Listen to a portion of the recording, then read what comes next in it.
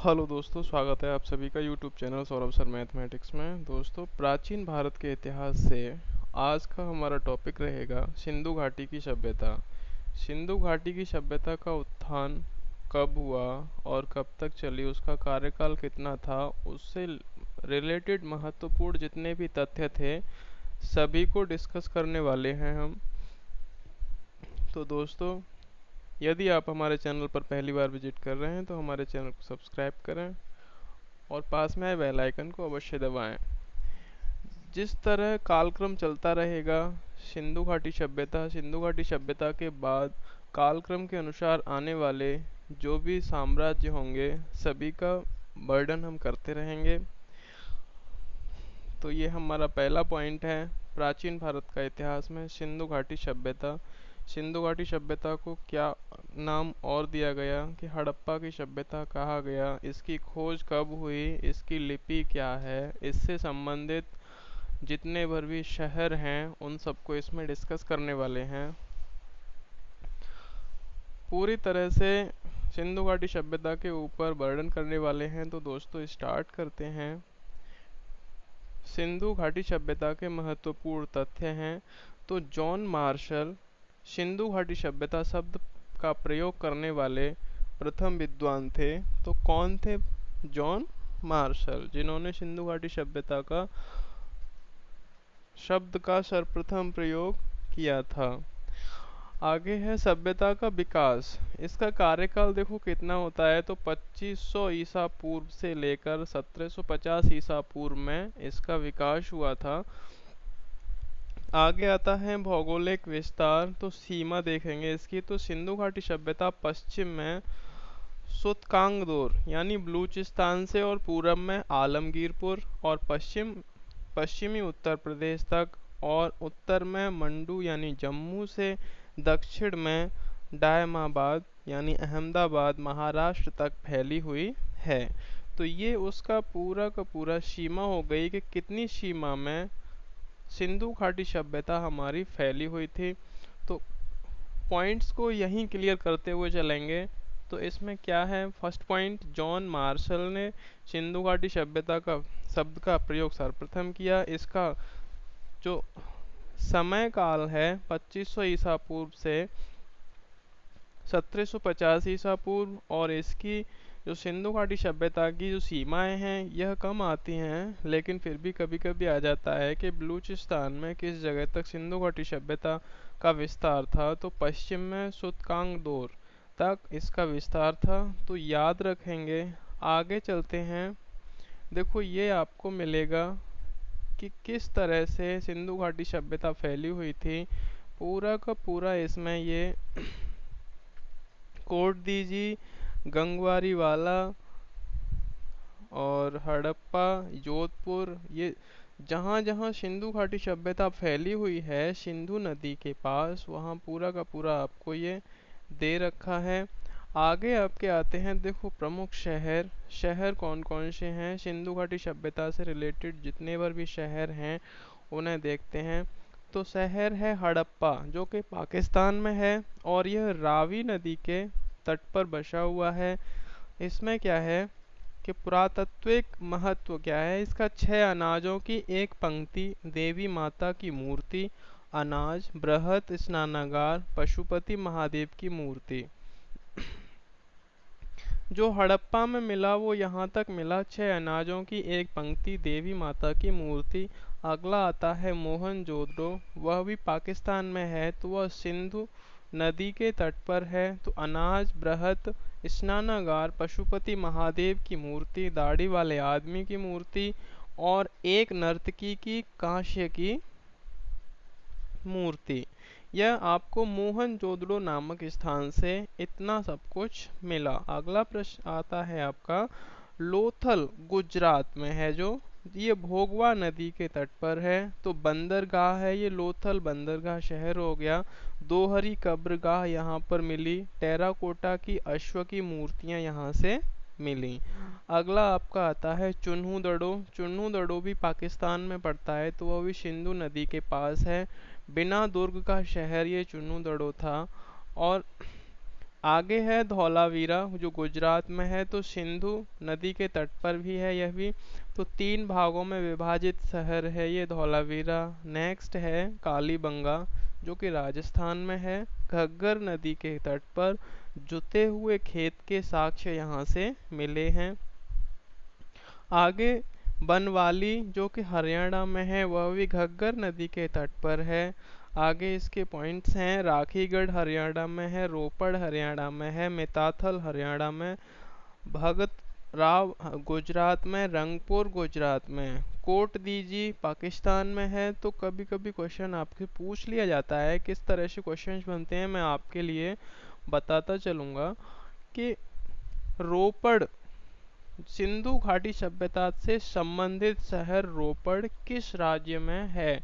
तो आपको बताना है कि हरियाणा राज्य में है। ऐसे ही आ जाता है कि धौलावीरा किस राज्य में है, तो गुजरात में। कभी कभी क्वेश्चन पूछ लिया जाता है कालीबंगा जो है वह किस नदी के तट पर है और वहां से क्या कौन से साक्ष्य मिले थे, तो जुते हुए खेत के साक्ष्य मिले थे। आगे चलते हैं, महत्वपूर्ण प्रश्न है 3 और ये रह गए हैं। तो ये है आपका सुतकांगडोर पाकिस्तान में है, सुकोताड़ ताड़ावी पाकिस्तान में है। शहर योजना एवं संरचना आते हैं। सिंधु घाटी सभ्यता की जो शहर योजना और संरचना थी वह कैसी थी, इस पर चर्चा करने वाले हैं। तो शहर योजना और संरचना, शहर योजना की ग्रिड प्रणाली यानी शतरंज बोर्ड की तरह इनके शहर की योजना थी। आगे है आपका पॉइंट, ईंट की पंक्तियों वाले स्नानागार और सीढ़ियों वाले कुओं के साथ आयताकार घर पाए गए हैं। पक्की ईंटों का इस्तेमाल हुआ है। भूमिगत जल निकास व्यवस्था है। किलाबंदी दुर्ग हैं। आपका ये क्वेश्चन बहुत बार एग्जाम्स में पूछा जाता है कि सिंधु घाटी सभ्यता में किस तरह की ईंटों का प्रयोग हुआ था। तो सिंधु घाटी सभ्यता में याद रखेंगे कि पक्की ईंटों का प्रयोग हुआ था। दूसरा, शहर योजना कैसी थी, तो ग्रिड प्रणाली या शतरंज बोर्ड की तरह थी। निकास, जो भूमिगत जल का निकास की व्यवस्था थी वह बहुत ही उत्तम थी। अगला आता है सिंधु घाटी सभ्यता की कृषि, यानी कृषि किस तरह की होती थी सिंधु घाटी सभ्यता में। तो हिंडन कपास प्रमुख व्यापार, कपास का उत्पादन करने वाले प्रारंभिक लोग। चावल भूसी के साक्ष्य पाए गए थे। गेहूं और जौ की खेती प्रमुख रूप से पाई गई। लकड़ी के खम्भों का प्रयोग, उन्हें लोहे के औजारों की कोई जानकारी नहीं थी। आपको ये भी पॉइंट याद रखना है कि सिंधु घाटी सभ्यता के लोगों को लोहे की जानकारी थी या नहीं थी, तो उन्हें लोहे की कोई जानकारी नहीं थी। नेक्स्ट पॉइंट आपके आते हैं पशुपालन से। तो पशुपालन में क्या है देखते हैं। पशुपालन में भैंस, बैल, बकरी, भेड़ और सूअर का पालन किया जाता था। गधे और ऊंट का प्रयोग बोझा ढोने के लिए किया जाता था। हाथी और गैंडे की जानकारी थी। सुतकांगडूर में घोड़ों के अवशेष और मोहनजोदड़ो और लोथल में घोड़े के साक्ष्य भी प्राप्त हुए हैं, लेकिन सभ्यता घोड़े पर केंद्रित नहीं थी। आपको ये ध्यान रखना है कि मोहनजोदड़ो और लोथल में घोड़े के साक्ष्य मिले थे, परंतु ये सभ्यता घोड़े पर केंद्रित नहीं थी। अगला आपका प्रश्न बनते हैं प्रौद्योगिकी और शिल्प कला से। तो कांस्य यानी तांबे और टिन का व्यापक प्रयोग किया गया था। तो इस सभ्यता को कांस्य युगीन सभ्यता भी कहते हैं। अगला है आपका पत्थर के औजारों का प्रचलन था। तो पत्थर के औजार इसमें प्रचलित थे। अगला आता है कुम्हार द्वारा निर्मित पहिया का पूर्णतः उपयोग था। तो पहिया जो बनाया गया था वो सिंधु घाटी सभ्यता में ही बन चुका था। अगला है कांस्य आभूषण, सोने के आभूषण, नाव बनाने, ईंट बिछाने आदि अनेक व्यवसाय पाए गए थे इस सभ्यता के अंतर्गत। तो देखते रहेंगे इसमें अच्छी तरह से जो भी पॉइंट आपको लग रहा है कि आपको जो नोट करने लायक है, तो आप कॉपी पेन लेकर बैठें और उस पॉइंट को नोट कर लें। यदि आप इस वीडियो का पीडीएफ पाना चाहते हैं तो हमारे डिस्क्रिप्शन बॉक्स में दिए गए टेलीग्राम चैनल के लिंक पर जाकर उसको ज्वाइन करें। उस पर आपको इसका पीडीएफ मुफ्त में मिलेगा। और यदि आप और भी तैयारी कर रहे हैं तो इसके आई बटन पर जाएं, उस पर आपको अन्य वीडियोस के और प्लेलिस्ट के आपको लिंक दिए हुए हैं, तो किसी भी एग्जाम्स की आप अच्छे से तैयारी कर सकते हैं।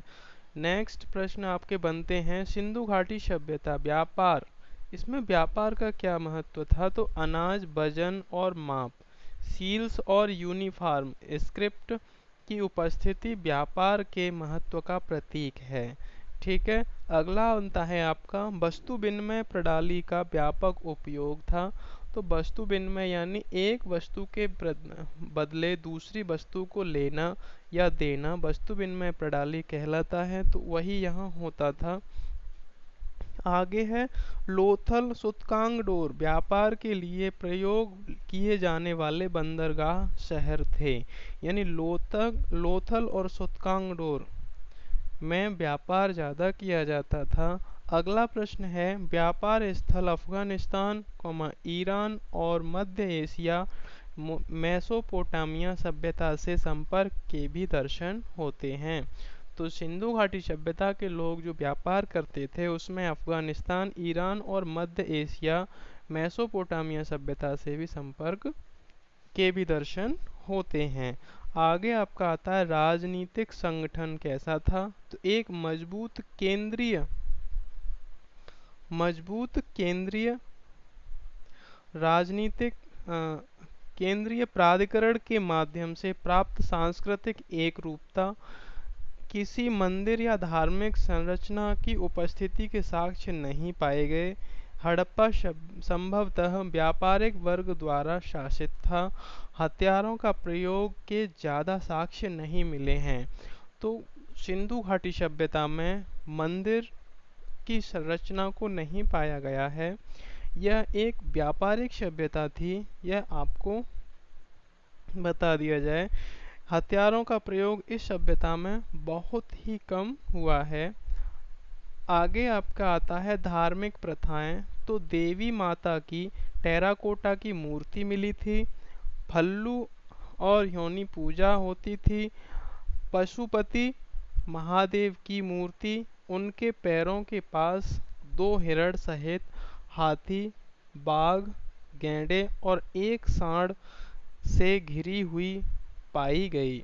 यानी कि पशुपति महादेव जी की जो मूर्ति मिली थी, उनके पैरों के पास दो हिरण सहित हाथी था, बाघ था, गैंडे और एक सांड से घिरी हुई पाई गई थी पशुपतिनाथ की मूर्ति।